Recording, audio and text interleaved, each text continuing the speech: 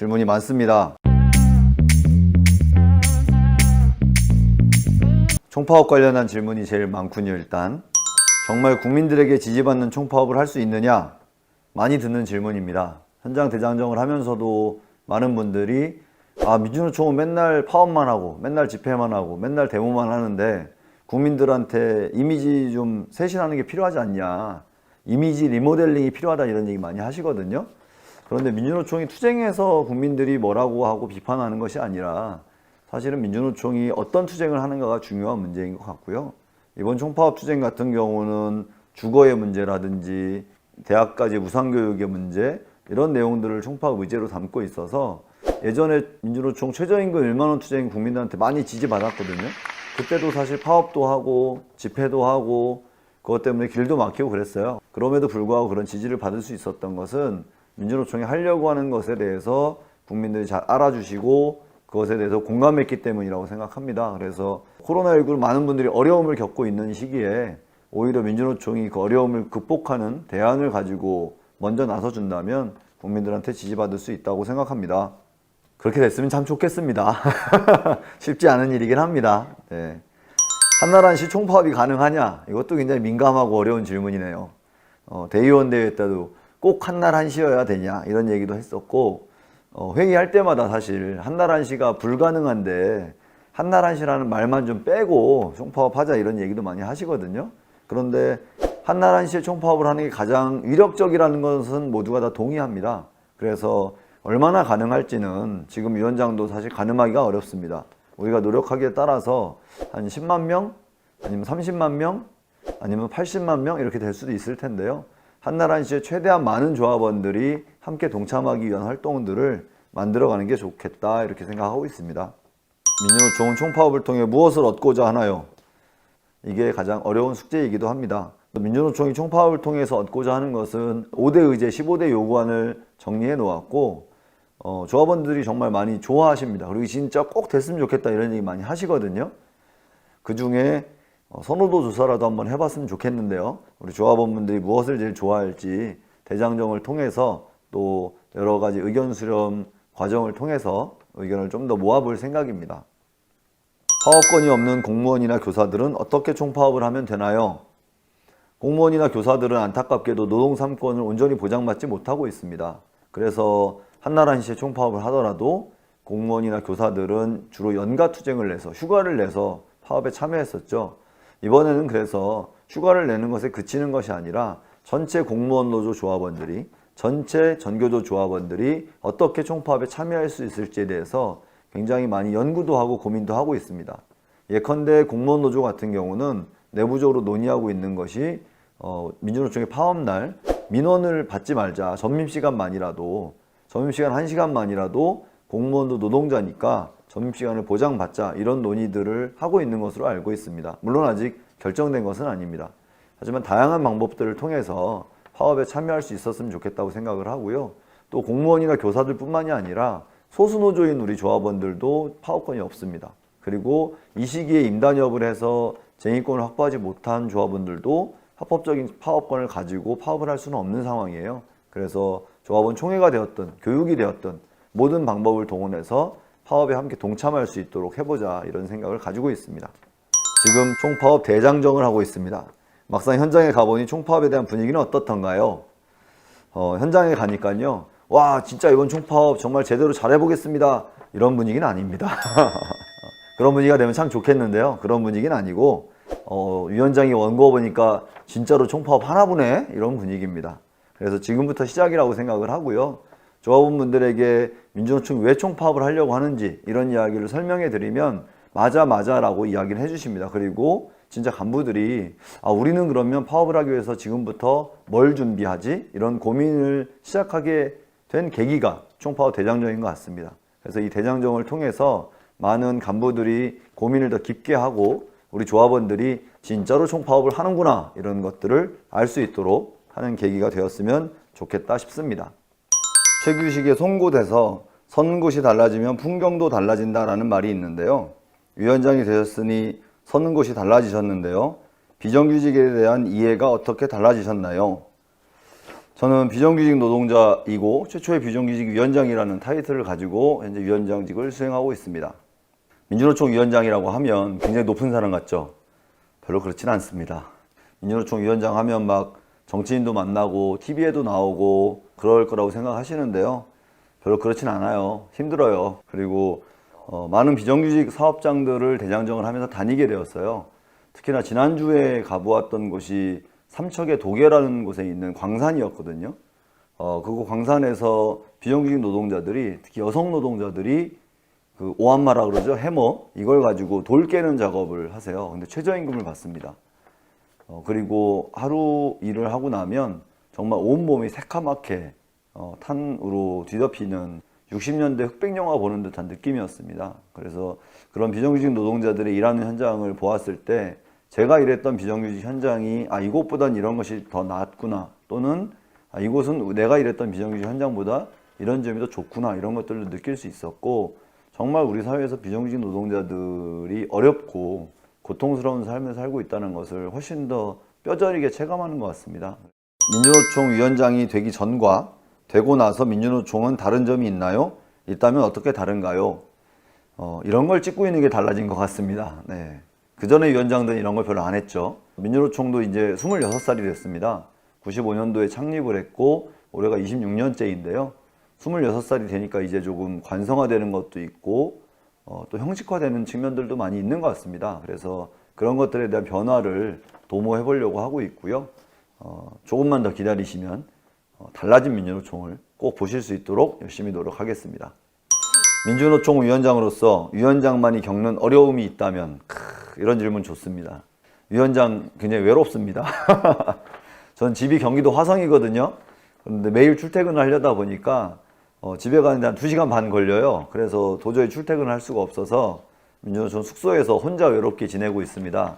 소소한 일에서부터 중요한 일에 이르기까지 민주노총 위원장이 판단해야 하는 일들이 굉장히 많아요. 또 결제해야 될 서류도 굉장히 많습니다. 그래서 그런 것들을 신중하게 판단하려고 노력은 하지만 제 판단이 맞는 것인지, 이 결정에 따라서 나타나게 될 결과물이 좋을지, 그런 게 제일 어려운 것 같고요. 그만큼 무게감이 있는 자리라서 그런 무게감을 충분히 감내하면서 극복하면서 또 많은 분들의 의견을 들으면서 판단하고 결정하려고 노력하고 있습니다.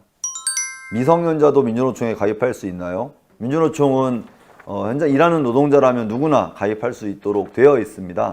청소년들의 경우에는 취업을 하는 경우도 있죠. 그런 경우는 가입할 수 있을 것 같습니다. 나이 제한이 있는 것은 아니기 때문에요. 또 법적으로도 노동조합에 가입할 수 있는 연령이 정해져 있지는 않습니다. 그래서 학생인데 아르바이트하는 노동자들 같은 경우도 저는 가입할 수 있을 거라고 생각을 하고 가입해야 된다고 봅니다. 내가 민주노총 위원장이 되길 잘했다고 느끼신 적이 있나요? 있다면 언제 그렇게 느꼈는가요? 칭찬해 줄 때 그렇습니다. 회사 다니다 보면 또 많은 조합원분들이 위원장이 와서 너무 좋다, 위원장이 오니까 힘이 된다, 이렇게 이야기를 해주실 때가 많이 있어요. 그럴 때는 많이 보람스럽기도 하고 제가 존재 자체만으로 도움이 되는 것 같아서 기쁘기도 합니다. 예전에 한번 울산에 갔었는데 한 명의 노동자가 해고되어 가지고 민주노총 위원장 왔다고 하니까 갑자기 기자회견도 하고 집회에서 발언도 해달라고 하고 막 그런 적이 있어요. 그래서 겁을 좀 줬죠. 울산 남구청에게. 이 노동자를 복직시키지 않으면 민주노총이 가만히 있지 않겠다, 이렇게 막 발언도 하고 그랬거든요. 근데 다음날 복직이 됐어요. 그래서 너무 기뻤었는데요. 그런 일이 많이 있었으면 좋겠고, 그런 활동을 통해서 결과물이 좋게 나왔을 때 위원장으로서 많이 보람도 되고 기쁨도 느끼는 것 같습니다. 자주 받는 질문이군요. 임원 중 최연소이신 걸로 알고 있습니다. 그러다 보니 겪는 어려움도 있으실 것 같은데요. 혹시 부위원장님 등 임원들 중 가장 대하기 어려우신 분은 누구인가요? 안 가르쳐 드릴 겁니다. 보안입니다. 부위원장님들이 너무 많이 도와주십니다. 지금 우리 수석 부위원장님을 제외하고도 이양수 부위원장님, 양동규 부위원장님, 또 박희은 부위원장님, 김은영 부위원장님, 한성규 부위원장님, 이태희 부위원장님, 6분들이 각각의 역할을 맡고 계시고 그 역할들을 정말 잘 해주고 계셔서 너무나 감사한 마음이고요. 그리고 나이가 제일 어리다 보니까 사실 막 호령하고 지휘하진 못하지만 어리기 때문에 또 유리한 게 있습니다. 이거 좀 해주세요 이러면 또 거부하지 못하는 게 있거든요. 대장정 등 활동을 하시면서 수많은 조합원들을 만나고 계신 것으로 알고 있습니다. 이 과정에서 새롭게 느끼신 점이나 기억에 남는 에피소드가 있으신가요? 너무 많아서요. 어느 걸 이야기해야 될지 모르겠는데요. 조폐공사 노동자들이 해고돼서 대전에 있는 박범계 의원실에서 농성을 하고 계세요. 그래서 엊그제 찾아뵀었는데요. 한 분이 자기 상황을 이렇게 설명해 주셨는데 갑자기 막 우시더라고요. 조폐공사 노동자들이 현장에서 일을 할 때 고용돼서 일을 하고 있음에도 불구하고 네이버 밴드 있잖아요. 밴드에 다음날 출근자 명부를 올려주면 매일 저녁 때 그걸 확인하고 내 이름이 있으면 다음날 출근하고 그렇지 않으면 하루 쉬어야 되고 이런 형태의 고용을 당하고 노동을 해오셨다고 합니다. 그리고 공공기관이잖아요, 조폐공사는. 그리고 여기서 여권 판독 업무를 하시던 분들이거든요. 문재인 정부가 공공기관 비정규직 정규직화 하겠다고 했지 않습니까? 그러면 조폐공사에서 일하던 노동자들도 직접 고용돼야 되거든요. 근데 코로나19로 여권 발급 업무가 줄었어요. 그러다 보니까 이 사람들을 해고해버린 겁니다. 직접 고용해야 될 노동자들을 오히려 해고해버린 이런 상황이어서 해결해달라고 국회의원 사무실에서 농성을 한 지가 수십 일이 지났는데 그 사람들도 답이 없고 심지어는 시의원들이 와가지고 국회의원 사무실 말고 도당 사무실 가서 농성하라 그랬대요. 이런 말도 안 되는 일이 여당에서 벌어지고 있습니다. 이런 일들을 곳곳에서 목격할 수 있고 너무나 화가 나는 상황이었고요. 대장정에서 만나신 분이 자기 사업장 이야기를 꼭 해달라고 했는데요. 강릉에 있는 신일정밀 노동자들입니다. 노동조합을 만들고 나서 노조 탄압 때문에 열심히 투쟁하고 계시는데요. 여러분들 아마 창조 컨설팅이라고 들어보신 적 있을 겁니다. 창조 컨설팅에 있던 노무사가 거기에 가서 고문으로 역할을 하고 있고 노동조합을 깨려고 하고 있어요. 그래서 이 현장에 있는 노동자들이 흔들리지 않고 제가 갔을 때가 179일째 전면 파업을 하고 있었거든요. 여전히 한국 사회는 노동조합 하기 되게 어려운 나라입니다. 그래서 많은 비정규직 노동자들이 또 노동조합을 하려고 하는 노동자들이 힘차게 싸우고 있기도 하지만 굉장히 어려운 현실이기도 합니다. 그런 지점이 대장정을 하면서 많이 남았던 기억이고요. 에피소드라고 하면 저랑 패친이세요? 이런 분들이 많이 있으세요. 깜짝깜짝 놀라기도 하고 반갑기도 하고 그래서 제가 패친인 분들을 만나면 꼭 둘이서 셀카로 인증샷을 찍기도 합니다. 그리고 곤란할 때도 많이 있는데요. 갑자기 종이를 들고 오셔가지고 사인해달라고 그런 분들이 있으세요. 그래서 제가 연예인도 아니고 그래서 보통은 함께 투쟁 열심히 합시다 뭐 이런 말씀을 써드리기도 하는데요. 하여튼 그런 때 되게 곤란합니다. 그래서 안 그러셨으면 좋겠습니다. 다 했습니다. 고맙습니다.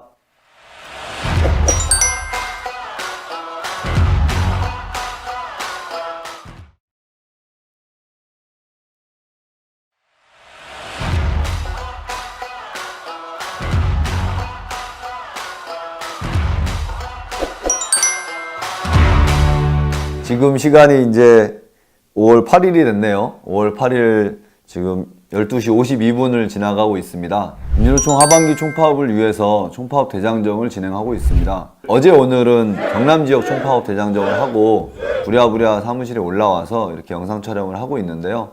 많이 힘듭니다. 사실은 몸은 많이 피곤하고 목도 많이 아픕니다. 그런데 하루에 우리 조합원들 만나는 시간이 오히려 영혼이 충전된다고 할까요? 조합원들이 너무나 좋아해 주시고 기뻐해 주시고 힘이 된다고 말씀해 주셔서 저도 오히려 힘을 많이 받고 다니고 있고요. 재미있었던 일도 있었는데요. 충북 지역 현장 대장정 중에 화섬노조의 정식품이라는 곳을 갔습니다. 거기 배지밀을 만드는 사업장인데요.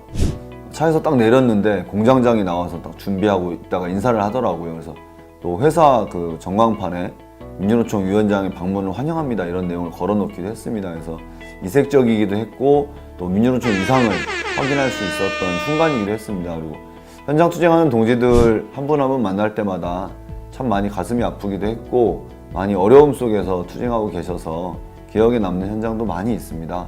그런 문제들이 하나하나가 사업장 안에서의 문제도 있겠지만 전체적인 사회 구조를 바꾸고 노동에 대한 인식과 노동시장 자체를 바꿔내는 투쟁으로 만들어야 실질적인 현장 투쟁에서의 변화도 만들어낼 수 있다는 생각도 듭니다. 그래서 현장 대장정을 하면서 좀 더 총파업을 해야 되는 이유도 또 근거도 명확해지고 있다 이런 생각이 듭니다. 이제 한 6개 지역본부 정도가 아직 남아 있습니다. 그래서 남은 기간도 힘내서 조합원들 정말 기쁘게 반갑게 만나고 또 총파업도 힘차게 함께 결의하도록 하겠습니다. 열심히 하겠습니다.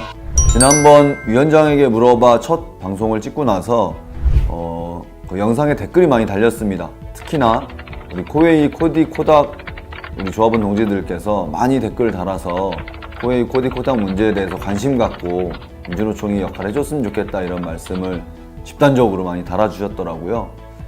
코웨이, 코디, 코닥 노동자들은 코웨이에서 진행하는 정수기, 비대 이런 것들 많이 있잖아요. 이런 것들에 대한 상담 업무, 고객 관리, 또 필터 교체 이런 AS 업무 이런 것들을 같이 담당하고 계시는 분들이고요.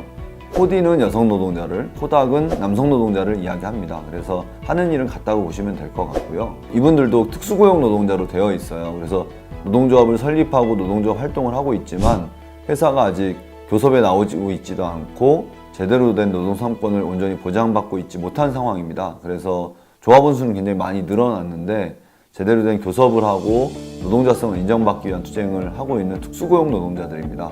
요즘에 플랫폼 노동이 전면화되면서 특수고용 노동자들 뿐만 아니라 사실 많은 노동자들이 노동자로서의 제대로 된 노동 3권을 보장받지 못하는 경우들이 많이 있습니다. 이것이 민주노총이 함께 풀어가야 할 숙제라고 생각을 하고요. 우리 코웨이, 코디, 코닥 동지들 투쟁에 민주노총 열심히 함께 하겠습니다. 응원하고 진짜합니다. 힘냅시다. 투쟁! 2021년 최저임금위원회에서도 민주노총은 최저임금 인상을 주장하는데 코로나 때문에 요즘같이 어려운 시국에 또 민주노총이 최저임금 올리면 자영업자들 너무 많이 힘들어지는 거 아닌가 이런 우려도 많이 있으시더라고요. 물론 우리 조합원들은 당연히 최저임금 올려야 한다고 생각하시지만 사회적으로 그런 인식이 많이 있는 것 또한 사실입니다. 그런데 여러분 한번 생각해 보십시오.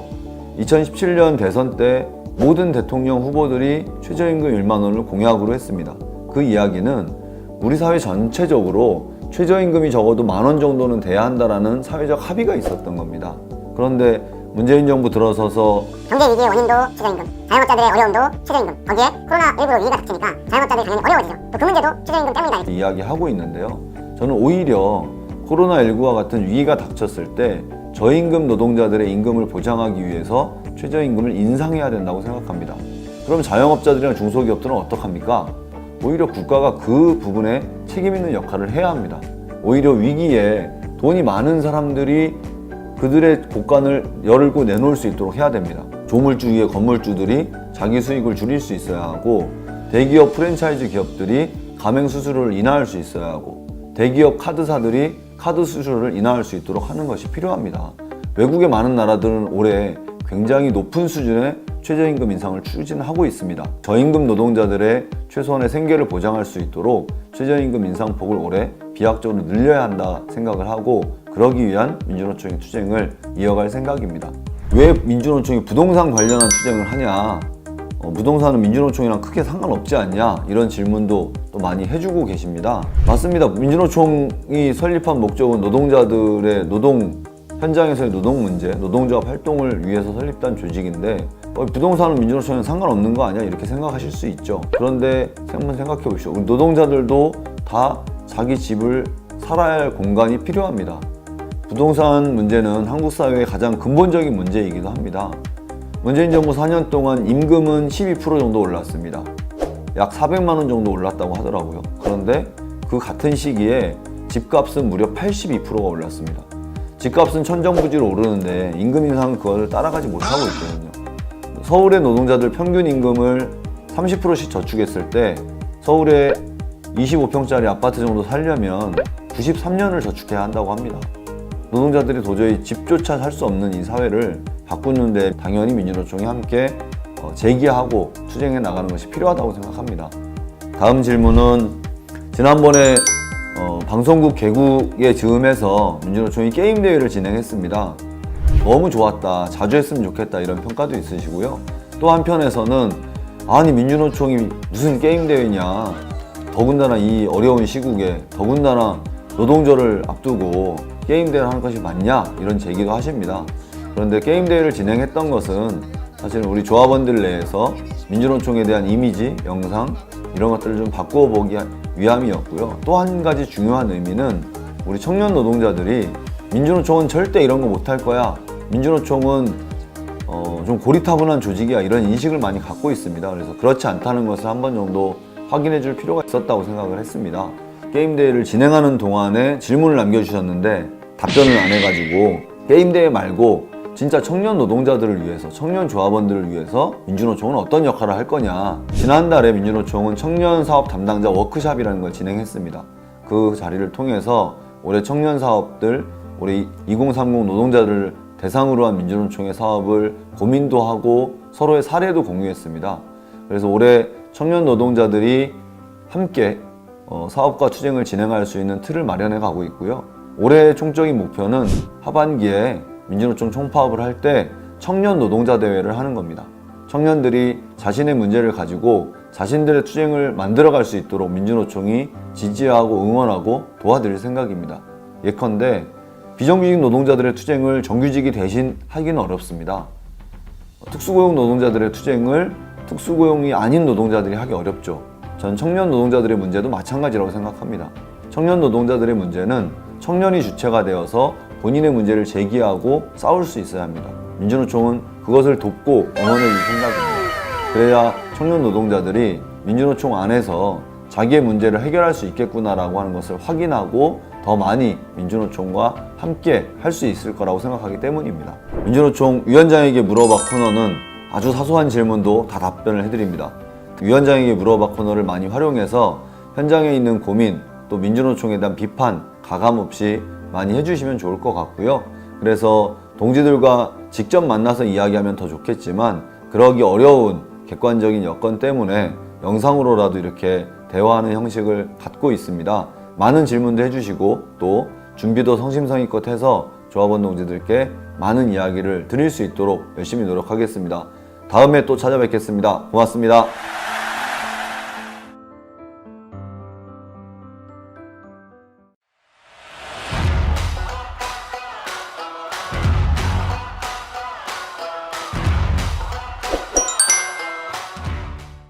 이제 벌써 3회차인데요. 오늘도 알찬 내용으로 여러분들과 함께 이야기 나눠보도록 하겠습니다.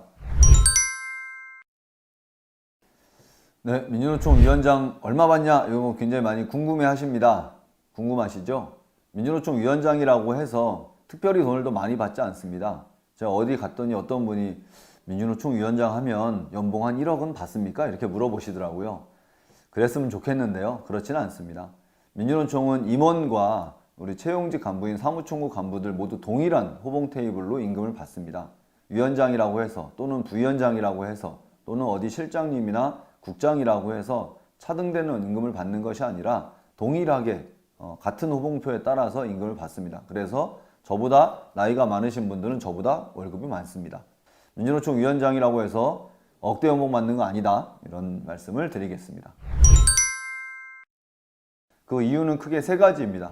첫 번째는 그간 최저임금을 아주 낮게 인상했던 공익위원들에 대한 교체 요구가 받아들여지지 않았기 때문입니다. 작년과 재작년 최저임금은 역대 가장 낮은 인상률이라고 할 정도로 코로나19로 우리 노동자들이 많이 어려운데 인상률은 낮았습니다. 근데 그 낮은 인상률을 결정했던 공익위원들이 이번에 다시 임명되었습니다. 그래서 이에 반대하는 뜻으로 민주노총은 최저임금위원회에 불참하게 되었고요. 또 한 가지는 민주노총이 이제 제1노총입니다. 그동안 각종 정부위원회는 다수인 1노총에 더 많은 노동자위원을 배정해 왔습니다. 그래서 최저임금위원회도 지금까지는 한국노총이 5명, 민주노총이 4명 이렇게 추천을 해왔거든요. 근데 1노총이 지위가 바뀌었으면 당연히 위원회 숫자도 바뀌는 것이 적절한데 노동부에서는 아무런 근거나 이유도 없이 민주노총 위원들을 그대로 4명 임명하게 되었고 더군다나 민주노총은 5명을 추천했는데 자기들 임의대로 4명을 임명하는 그런 행태를 보여서 최저임금위원회에 불참하고 최저임금위원회 회의장 앞에서 집회를 진행하면서 관련한 내용들에 대한 규탄 투쟁을 진행한 바 있습니다.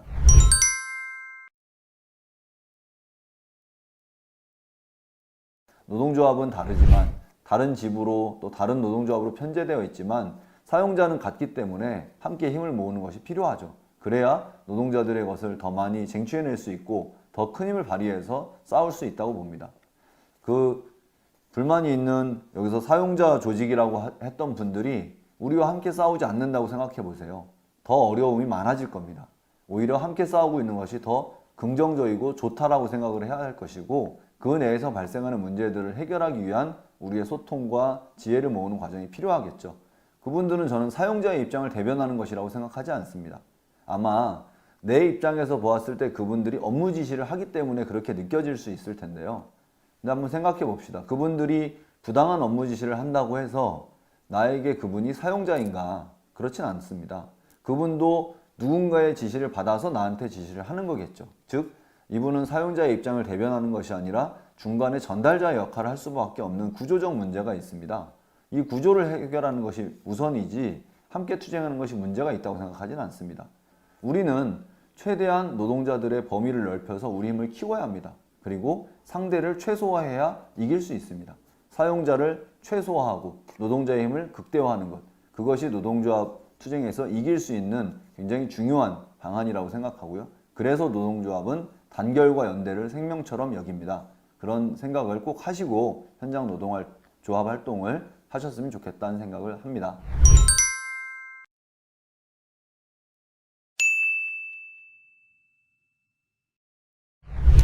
네, 요새는 한참 복고가 유행이다가 요즘에는 이제 용어도 어려운 컵눈명 이런 노래들이 많이 회자되고 유행하는 것 같은데요. 저도 좋아하는 노래들이 많이 있는데 하나만 딱 찝으라니까 어렵네요. 네, 주로 이제 예전에 술 한잔 먹고 노래방 가면 즐겨 부르던 노래가 김현식의 내 사랑 내 곁에, 뭐 이런 서른 즈음에 이런 노래, 피노키오의 사랑과 우정 사이 이런 노래들을 즐겨 부르기도 하고 좋아했더랬습니다. 네, MZ세대의 통역이 필요하겠네요. 너무 어려운데요. 무야호 그만큼 신나시다는 거지, 이건 뭐 뭔가 하여튼 좋다는 것 같습니다. 엄청 신난다 이런 것 같고요. 갓은 영어일 것 같고요. 생은 인생을 얘기하는 것 같고 산다 이런 것 같아서 하여튼 뭐 아주 좋은 삶을 산다 이런 의미이지 않을까. 그리고 손민수하다, 이거는 제가 압니다. 뭔가 TV에 나오는 캐릭터 이런 걸 따라하는 걸 손민수한다, 손민수하다 뭐 이렇게 얘기하더라고요. 700은 잘 모르겠습니다. 전혀 느낌이 안 오는데요. 아마 저희 세대는 300 이러면 알 텐데 300은 영화 제목이거든요. 마지막으로 나 2,000원 비싸짐, 이거는 좀 몸값이 올랐다 이런 표현이지 않을까 싶은데요. 아닌가요? 하여튼 뭐 잘 모르겠네요 이것도. 네, 나 2,000원 비싸짐 이러면 그냥 느낌은 2,000원만큼 내 몸값이 올라갔다. 그래서 내가 좀 뭔가 돋보이고 이렇게 됐다라고 하는 것을 주목받게 되었다 이런 느낌이지 않을까 싶습니다.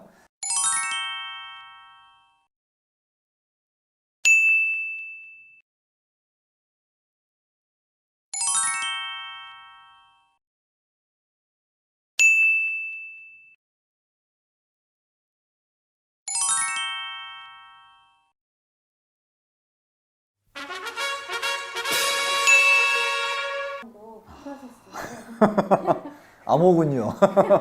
700이 아마 제 세대 버전으로 하면 오키 이런 걸 텐데 이응 키읔 이런 게 아마 그런 정도일 텐데 그보다 훨씬 더 진화하고 발전한 버전인 것 같아서 대단하십니다, MZ세대.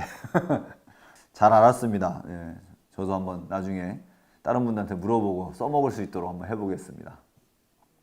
이럴 때 무야호 이런 걸 쓰는 건가요? 한번 이렇게 외쳐주시면. 무야호. 울산을 마지막으로 해서 16개 지역본부의 총파업 대장정을 마무리했습니다. 민주노총 사업장을 전국적으로 다녀보면서 저도 많은 것을 느끼고 배울 수 있었고, 또 조합운동지들과 간부동지들과 만나서 총파업에 대한 이야기뿐만 아니라 민주노총 사업 전반에 대한 이야기를 함께 할 수 있었던 굉장히 의미 있는 시간이었습니다. 그래서 이후에도 현장을 많이 찾아다니고 조합원들과 간부들의 이야기를 들을 수 있는 자리를 자주 많이 마련하는 것이 사업에도 참 도움이 되고 저한테도 도움이 되겠다는 생각을 했고요.